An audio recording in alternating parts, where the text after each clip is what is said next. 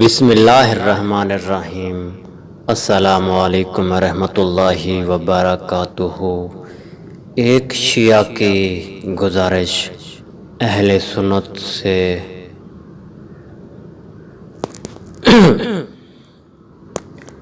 بسم اللہ الرحمن الرحیم۔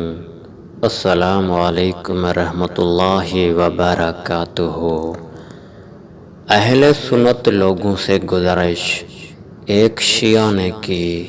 ایک شیعہ کہتا ہے، آپ نے شیعوں کے حوالے سے بہت سی باتیں سنی ہوں گی، سنی سنائی باتوں پر یقین نہ کریں۔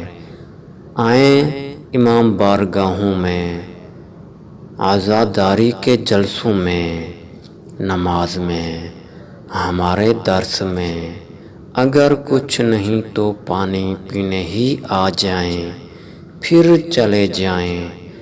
ہم اہل تشیع آپ کو دعوت دے رہے ہیں۔ ہم شیعہ کون ہیں، کیا چاہتے ہیں، کیوں روتے ہیں؟